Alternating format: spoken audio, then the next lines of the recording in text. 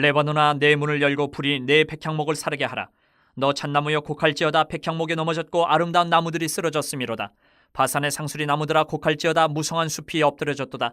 목자들의 곡하는 소리가 나며 그들의 영화로운 것이 쓰러졌음이로다. 어린 사자의 부르짖는 소리가 나며 이는 요단의 자랑이 쓰러졌음이로다. 여호와 나의 하나님이 이르시되 너는 잡혀 죽을 양떼를 먹이라. 사들인 자들은 그들을 잡아도 죄가 없다 하고 판자들은 말하기를 내가 부유하게 되었은즉 여호와께 찬송하리라 하고 그들의 목자들은 그들을 불쌍히 여기지 아니하는도다. 여호와가 말하노라. 내가 다시는 이 땅 주민을 불쌍히 여기지 아니하고 그 사람들을 각각 그 이웃의 손과 임금의 손에 넘기리니 그들이 이 땅을 칠지라도 내가 그들의 손에서 건져내지 아니하리라 하시기로 내가 잡혀 죽을 양떼를 먹이니 참으로 가련한 양들이라. 내가 막대기 둘을 취하여 하나는 은총이라 하며 하나는 연합이라 하고 양떼를 먹일세. 한 달 동안에 내가 그 세 목자를 제거하였으니 이는 내 마음에 그들을 싫어하였고 그들의 마음에도 나를 미워하였음이라. 내가 이르되 내가 너희를 먹이지 아니하리라. 죽는 자는 죽는 대로 망하는 자는 망하는 대로 나머지는 서로 살을 먹는 대로 두리라 하고 이에 은총이라 하는 막대기를 취하여 꺾었으니 이는 모든 백성들과 세운 언약을 폐하려 하였음이라. 당일에 곧 폐함에 내 말을 지키던 가련한 양들은 이것이 여호와의 말씀이었던 줄 안지라. 내가 그들에게 이르되 너희가 좋게 여기거든 내 품삯을 내게 주고 그렇지 아니하거든 그만두라. 그들이 곧 은 30개를 달아서 내 품삯을 삼은지라. 여호와께서 내게 이르시되 그들이 나를 헤아린 바 그 삭슬 토기장이에게 던지라 하시기로 내가 곧 그 은 30개를 여호와의 전에서 토기장이에게 던지고 내가 또 연합이라 하는 둘째 막대기를 꺾었으니 이는 유다와 이스라엘 형제의 의리를 끊으려 함이었느니라. 여호와께서 내게 이르시되 너는 또 어리석은 목자의 기구들을 빼앗을지니라. 보라 내가 한 목자를 이 땅에 일으키리니 그가 없어진 자를 마음에 두지 아니하며 흩어진 자를 찾지 아니하며 상한 자를 고치지 아니하며 강건한 자를 먹이지 아니하고 오히려 살찐 자의 고기를 먹으며 또 그 굽을 찢으리라. 화 있을진저 양떼를 버린 못된 목자여 칼이 그의 팔과 오른쪽 눈에 내리리니 그의 팔이 아주 마르고 그의 오른쪽 눈이 아주 멀어버릴 것이라 하시니라. 우리는 하나님 경외하는 마음을 잃어버리면 안 됩니다. 하나님을 무시하고 스스로 높이는 그 교만한 사람은 하나님의 심판을 결코 피할 수가 없기 때문에 그렇습니다. 오늘 이 말씀은 이스라엘의 지도자들, 또 이스라엘을 괴롭혔던 그 외부의 대적들을 향한 하나님의 심판의 말씀입니다. 1절부터 3절을 보면 이렇게 표현하고 계세요. 레바논의 백향목, 바산의 상수리 나무가 나오는데 이 훌륭한 나무들이 다 넘어지고 불살라지고 그래서 레바논과 바산이 애통할 것이다. 이렇게 표현을 해요. 여러분, 레바논의 백향목, 바산의 상수리 나무는 그 모양, 그 품질이 좋기로 정말 고급 목재예요. 고급 목재. 근데 그것이 다 불살라서 쓰러지고 없어진다. 그러니까 교만한 자의 자랑을 꺾어버리시겠다라는 선포예요. 교만한 자의 자랑. 하나님은 자꾸 연약한 자를 쓰신다. 교만한 자를 낮추신다. 이것은 오늘 이 스가랴서 말씀뿐만 아니고 성경 전체 곳곳에서 나오는 말씀이에요. 교만한 자를 무너뜨리신다. 꺾으신다. 그런데 사람들은 하나님을 신뢰하는 것보다고 또 겸손하게 행하기보다는 자기를 내세우고 자랑하고 다른 사람보다 높아지려고 하는 것이 그냥 우리 삶의 모습인 것 같아요. 왜 그렇습니까? 하나님 말씀을 모르거나 자꾸 읽거나 그런 거죠. 잊어버리고. 여러분 기억합시다. 우리가 하나님 멀리하고 분수에 넘치도록 자기를 자랑하고 높이면 심판받습니다. 심판받습니다. 특히 지도자, 리더의 입장에 있는 사람일수록 더욱더 교만해지지 않도록 주의해야 합니다. 깨어있지 않으면 우리는 교만해져요. 깨어있지 않으면. 예수님 외에 자랑할 것이 없다라는 것을 항상 우리는 기억하고 있어야 됩니다. 그렇지 않으면 언젠간 하나님 앞에서 그 대가, 심판을 받게 됩니다. 아무리 유명한 것도 영원하지 않습니다, 여러분. 하나님은 교만한 자를 꺾으시고 심판하십니다. 그래서 내가 예수님 말고 또 자랑하는 게 있나 항상 살펴야 돼요. 우리 자랑은 예수 그리스도의 십자가여야 한다라고 갈라디아서에서 말씀까지 해주셨어요. 오늘 그런 이스라엘의 지도자들을 바라보면서 이렇게 교만한 자를 심판하시겠다, 꺾어버리시겠다라고 선포를 하시고 이 스가랴 선지자에게 목자의 임무를 부여하십니다. 네가 대신 목자해라. 이스라엘의 양떼를 이끌어라. 이 말씀이죠. 그래서 4절에서 6절을 보면 백성을 잘못 인도한 지도자들을 이 스가랴 선지자를 통해서 직접 메시지를 전하고 그들을 목자의 자리에서 내려앉히시려고 하십니다. 왜? 이스라엘이 멸망의 길로 가는 이유, 이방의 포로가 되어 고통받았던 이유가 바로 올바른 지도자가 없었기 때문에 그렇다라고 말씀하십니다. 올바른 지도자가 없었기 때문에. 이 거짓된 잘못된 지도자, 목자들은 오늘 보면 하나님이 맡기신 양떼를 팔아먹으면서도 자기가 잘못한 줄 몰라요. 오히려 그 양떼를 팔아서 자기가 돈을 벌었기 때문에 하나님 감사합니다. 내가 잘 되고 있습니다. 사업이 이러고 있다는 거예요. 완전히 엉뚱한 얘기를 하고 있는 거예요. 하나님이 맡기신 양떼를 팔아먹고 자기가 돈 버는 게 좋아서 하나님을 찬양한다. 기가 막힐 노릇이죠. 잘못된 목자의 전형적인 모습이에요.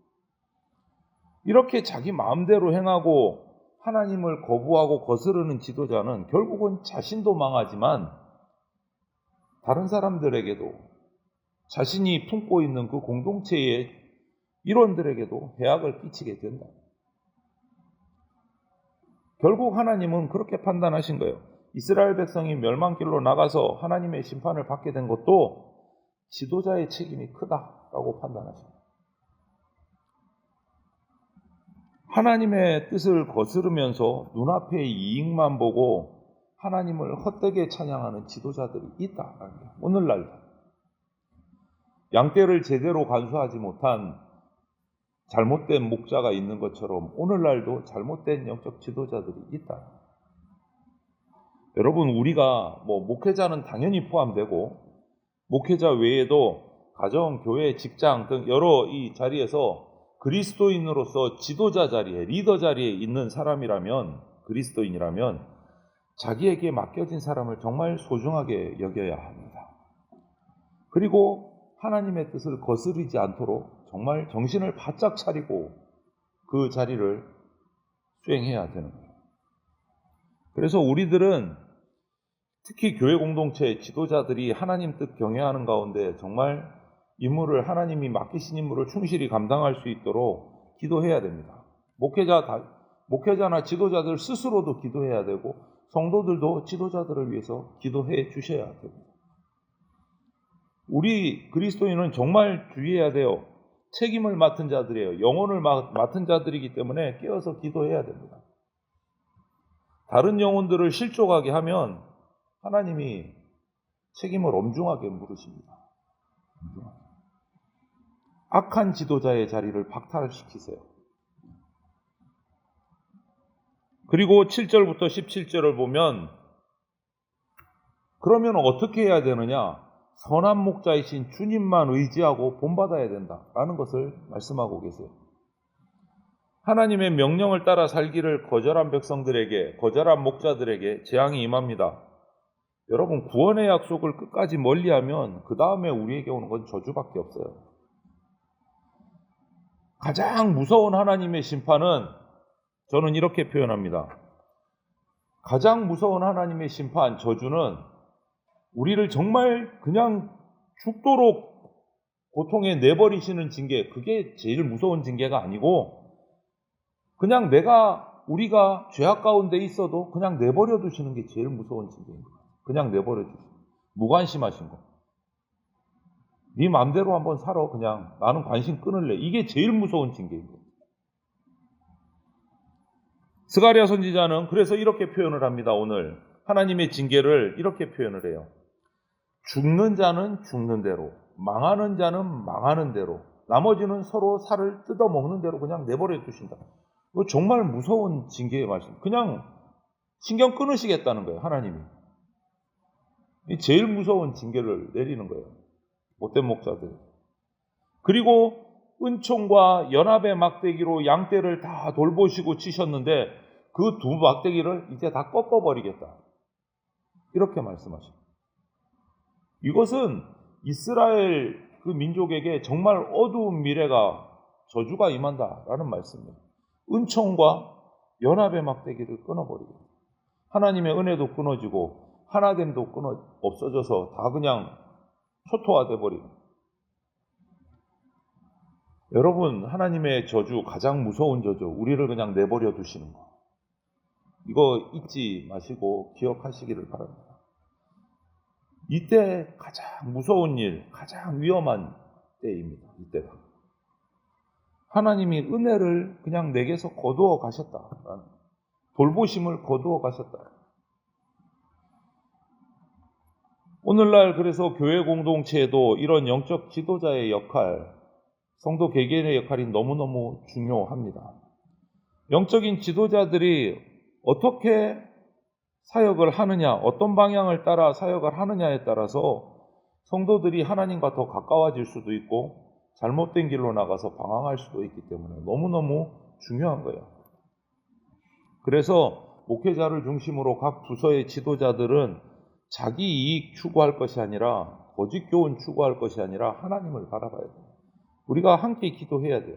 하나님은 모든 것을 보고 계십니다. 양떼를 맡은 자에게 더 큰 책임을 물으십니다. 그런데 만약 우리 교회가 잘못된 방향으로 나가고 있는데도 하나님의 징계가 우리 교회에 임하지 않는다. 이건 정말 두려워해야 할 일입니다. 우리가 잘하고 있나 보다가 아니고 하나님이 은총과 하나됨의 그 연합의 막대기를 꺾으신 거 아닌가. 우리는 정말 항상 경계해야 돼요. 회개할 기회를 놓치는 수가 있어요. 그 하나님의 은총이 그치기 전에, 연합의 막대기가 꺾이기 전에 우리는 하나님을 찾아야 돼요. 지도자들을 위해서 기도해 주셔야 돼요. 하나님이 은혜를 내려주시지 않으면요, 성도 간의 하나됨, 연합은요, 깨질 수밖에 없어요. 뿔뿔이 흩어지는 거예요. 하나님이 은혜 내려주시지 않으면. 그래서 우리는 내가 책임을 맡은 어떤 사명을 맡은 지도자라면 깨어서 선한 목자이신 예수님을 닮아가도록 힘써야 됩니다. 도덕적으로 고상하고 인격적으로 훌륭한 모습 가져가야 됩니다. 그것만으로는 안 된다는 거예요. 하나님 기준에 합당한 지도자가 될 수 있도록 기도해야 됩니다. 성도들 역시도 지도자들을 위해서 기도해 주셔야 돼요. 오늘 말씀을 보면 아름다운 나무들이 쓰러지는 모습을 통해서 교만한 자는 심판받는다 선포하십니다. 그리고 선지자를 통해서 그 당시 못된 목자들에게 분명한 메시지를 던져주십니다. 계속 이 길로 나가면 그 목자의 자리에서 박탈하겠다. 악한 지도자들 그냥 내버려 두시지 않고 그들의 죄악에 합당한 대가를 치르게 해주겠다라고 선포를 하고 계시는 거예요. 저와 여러분들 하나님 경외하고 겸손하게 행하는 성도가 됩시다. 특히 제가 저에게 말하는 것은 하나님께 교만하지 않은 겸손한 지도자가 되어야 되고, 여러분들은 저를 위해서 기도해 주셔야 되고, 교회 공동체 안에 부서를 맡거나 여러 책임을 맡은 지도자들을 위해서도 기도해 주셔야 됩니다. 늘 주님의 말씀에 순종하고 바른 길로 인도하는 지도자가 되게 해달라고 기도하시고, 우리 각자도 하나님 앞에서 겸손한 그리스도인, 예수 그리스도를 닮아가는 그리스도인이 될 수 있도록 함께 기도하고 그런 길을 가는 저와 여러분들이 다 되시기를 주님의 이름으로 축원을 드립니다. 아멘.